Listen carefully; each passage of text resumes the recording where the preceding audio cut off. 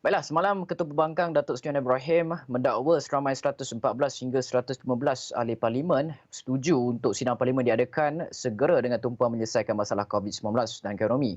Beliau berkata jumlah itu dianggap sudah mencapai majoriti untuk menolak usul Kerajaan Perikatan Nasional PN melaksanakan darurat dan menggantung parlimen daripada bersidang. Jelas Datuk Seri Anwar, beliau hanya mampu menyampaikan dan akan mempersembahkan kepada Yang di-Pertuan Agong, namun perlu tunggu ihsan dan juga budi bicara baginda. Jadi kita nak memahami dan membincangkan perkara ini bersama dengan pakar perlembagaan Datuk Dr. Wan Ahmad Fauzi, Wan Hussein. Assalamualaikum, selamat pagi Datuk. Selamat pagi. Datuk, persoalan di sini adakah Yang di-Pertuan Agong akan ataupun perlu mempertimbangkan desakan 114 atau 115 ahli parlimen ini untuk mengadakan sidang parlimen? Okey, yang pertama kita perlu faham sebab dikeluarkan peristiwa daurat kerana berlakunya penularan COVID dan keperluan untuk kerajaan mengatasi isu-isu berbangkit justru dibuat ordinance. Jadi timbul isu adakah perlu Si Paduka Baginda melayani permintaan untuk mengadakan sidang parlimen yang dipohon. Jadi kita lihat apa maksud sidang parlimen yang dipohon itu. Jadi kalau sekiranya sidang parlimen itu bermaksud untuk akhirnya menukar kerajaan pada hari ini, maka saya berpandangan Datuk Seri Anwar perlu membuat pertimbangan yang lebih besar kerana apabila Si Paduka Baginda berpuas hati bahawa Perdana Menteri hilang undi kepercayaan, di sana ada dua senario. Sama ada Perdana Menteri dan Kabinet hendaklah meletak jawatan ataupun Sri Paduka Baginda atas permintaan Perdana Menteri boleh membubarkan parlimen. Jadi sebenarnya saya rasa Datuk Seri Anwar kena melihat implikasi kepada polemik yang terus ditimbulkan pada hari ini. Jadi for the sake of the argument, maksud Datuk ia akan menjurus kepada pilihan raya umum jika 115 ahli parlimen ini berjaya menarik balik darurat, parlimen bersidang, ada ahli parlimen UMNO tarik balik sokongan kepada Kerajaan Perikatan Nasional, ini menyebabkan Perdana Menteri mungkin berhadapan dengan terpaksa letak jawatan. Kemudian bila Yang di-Pertuan Agong nak tentukan majoriti siapa yang ada, tapi nampaknya tiada siapa yang ada majoriti, ini menjurus kepada pilihan raya umum itu terpaksa diadakan ketika era pandemik. Begitu maksud Datuk? Okey. Dia kedudukan ni sekarang macam ni. Kita sudah ada ordinance, telah dimasyurkan ordinance, tiada batasan masa. Sama ada 60 hari apabila parlimen dibubarkan atau batasan masa 60 hari 6 bulan antara sitting government tu prorok boleh lebih 6 bulan tidak batasan masa ataupun hayat parlimen tidak takluk pada 5 tahun. Jadi ordinance telah digubal kerana COVID. Dan juga kita lihat parlimen bukanlah digantung. Cuba terpulang kepada Yang di-Pertuan Agong sama ada untuk memanggil parlimen atau tidak memanggil parlimen, sidang parlimen dan tempoh pada hari ini. Kalau kita lihat tanggungjawab Si Paduka Baginda Pertuan Agong ini begitu besar dalam perlembagaan. Baginda bukan saja diberikan kuasa di bawah perkara 150 untuk menyediakan daurat demi keteraman dalam negeri, keselamatan kehidupan ekonomi, tapi Baginda juga bersumpah untuk melihara agama Islam dan berdiri teguh di atas pemerintahan yang adil dan aman dalam negara. Justru dengan kewajipan Baginda akan melihat pada pandangan saya ke semua aspek. Kalau kita lihat, jika sekiranya pada waktu ini, Perdana Menteri tidak mampu mengekal undi kepercayaan, maka siapa yang diganti boleh mengekalkan atau boleh memperoleh undi kepercayaan. Itu pun satu isu. Nak menjatuhkan itu mungkin mudah, tapi untuk mengganti jadi isu. Dan sekarang kita berhadapan dengan isu yang besar, penularan, angka makin meningkat. Jadi jika sekiranya keadaan terpaksa dan untuk menenangkan keadaan, perlembagaan dan perkara 43 fasa 4 apabila berlaku undi tidak percaya, peruntukan ini tidak digantung, perlembagaan tak digantung, tapi peruntukan perlembagaan mana-mana peruntukan itu tentu boleh digantung. dalam konteks hari ini, ya betul, pihak-pihak boleh, saya tahu maksudnya pergi parlimen ni tujuannya untuk menyemak daurat, ya. Sedangkan kita faham dah ada ordinance bahawa satu jawatankuasa bebas khas untuk melihat sama ada daurat ini perlu disemak tempohnya, dipanjangkan atau dipendek lebih awal. Sudah ada mekanisme. Sepatutnya boleh gunakan mekanisme yang ada. Tapi jika sekiranya mekanisme yang telah digubal tidak upaya untuk menenangkan para ahli-ahli politik, barangkali tidak mustahil mungkin jika sekiranya tindakan yang diteruskan untuk menggugat kestabilan negeri, Perdana Menteri akan meminta si Perdana Baginda untuk membubarkan parlimen. Dan jika sekiranya parlimen terbubar, pilihan raya tidak perlu dilaksanakan dalam tempoh 60 hari sebab kita sudah ada ordinance dan tempoh daurat untuk parlimen tidak semestinya pilihan raya tidak semestinya dipanggil dalam masa 60 hari. Dan jika sekiranya parlimen dibubarkan, implikasinya si Perdana Baginda boleh menubuhkan kabinet jawatankuasa jemaah menteri yang caretaker dalam tempoh pada hari ini. Dan tempoh caretaker government ini tidak terhad sama ada 60 hari, sama ada 2 tahun.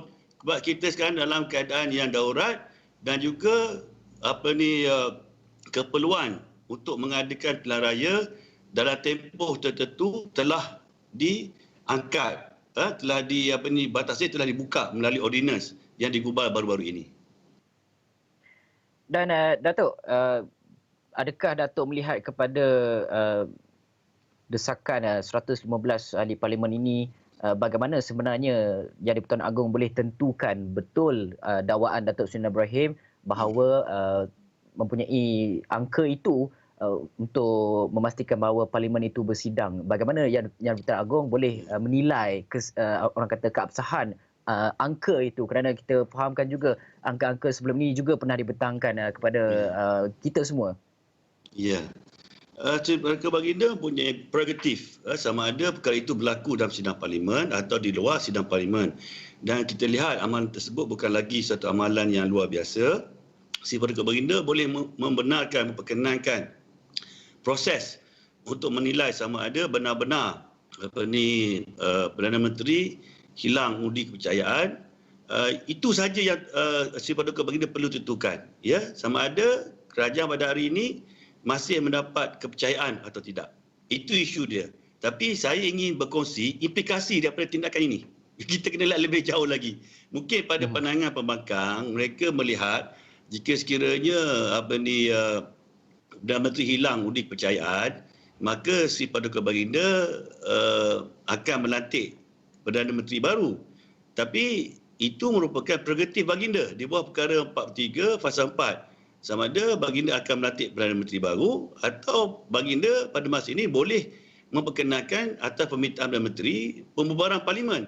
Dan pembubaran parlimen pada ketika ini daurat dan undang ordinance daurat sudah ada, tidak memerlukan pilihan raya diadakan dalam tempoh terdekat.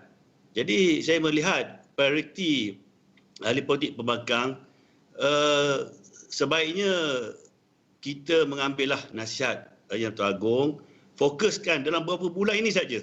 Kalau nak berpolitik pun, saya faham daripada kenyataan Seperti Baginda Agong, beberapa bulan tenanglah dulu. Fikirkan masalah rakyat, dan selepas beberapa bulan atau lepas bulan 8 ni, tengoklah macam mana. Kalau keadaan mengizinkan untuk buat pilihan raya, boleh buat pilihan raya. Tetapi kalau desakan demi desakan dibuat, saya merasakan apa yang diidamkan oleh awal politik pembangkang ini akan memberi implikasi yang mungkin tidak diduga sama sekali.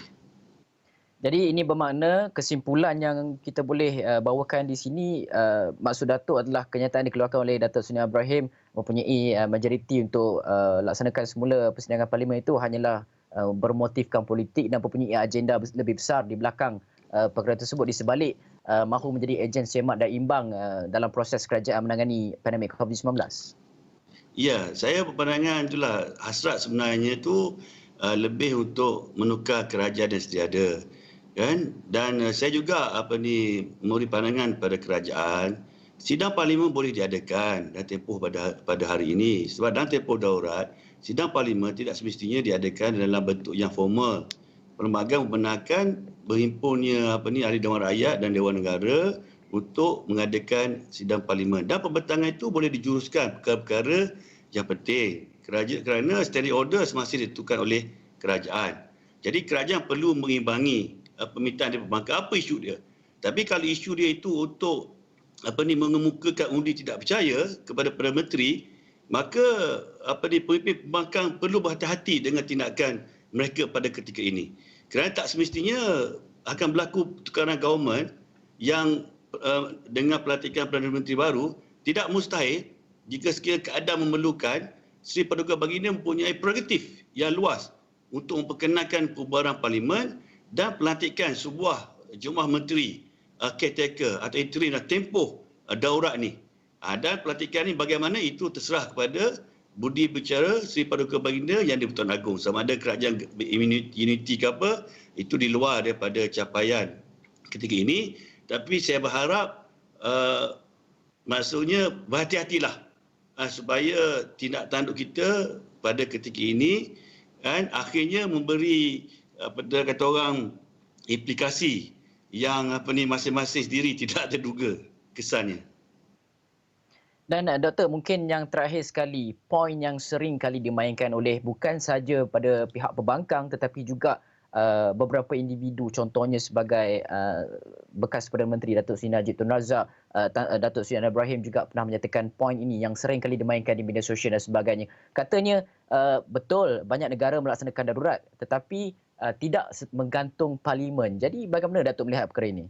Ya, itulah saya katakan tadi. Ordinance tadi hanya menggantungkan peruntukan berkenaan dengan tempoh. Tempoh saja, bukan menggantung parlimen.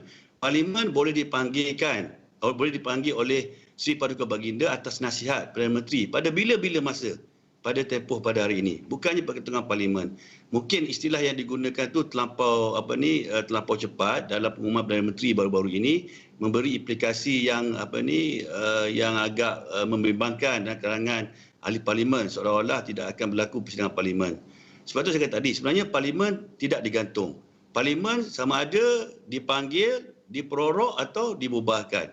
Jadi tempoh perorok itu dipanjangkan, instead of 6 bulan lebih dari itu. Dari sudut itu juga jika sekiranya berlaku hayat parlimen boleh lebih 5 tahun. Kan? Begitu juga parlimen boleh dibubarkan. Jadi sebenarnya parlimen tidak digantung. Tapi bila parlimen akan bersidang, itu tertakluk pada nasihat Perdana Menteri kepada Seri Paduka Baginda Pertuan Agong di bawah perkara 55 Perlembagaan Persekutuan. Dan saya ingin mencadangkan juga. Ya. Saya ingin mencadangkanlah, kalau boleh, kita berada dalam keadaan darurat. Ordinance boleh digubal. Jadi, demi untuk kesihatan dan berlaku adil pada semua pihak, ordinance pihak-pihak tertentu boleh menyembahkan pandangan kepada Seri Paduka Baginda Pertuan Agong untuk mengadakan tata cara persidangan parlimen yang selamat. Secara online ke, dengan subjek-subjek tertentu saja. Gunakanlah ordinance yang ada untuk tidak membantukan proses transparansi dalam pengurusan pentadbiran. Kita perlu tahu bahawa dalam negara kita ada 3 cabang. Kalau parlimen tak bersidang, bukan kuasa itu diambil oleh pihak eksekutif. Itu kita kena ingat. Okey, baik. Terima kasih Datuk Dr. Wan Ahmad Fauzi Wan Husin, pakar perlembagaan, berkongsikan pandangan berkenaan dengan dakwaan Datuk Seri Anwar Ibrahim terdapat majoriti ahli parlimen yang mahukan parlimen itu bersidang kembali.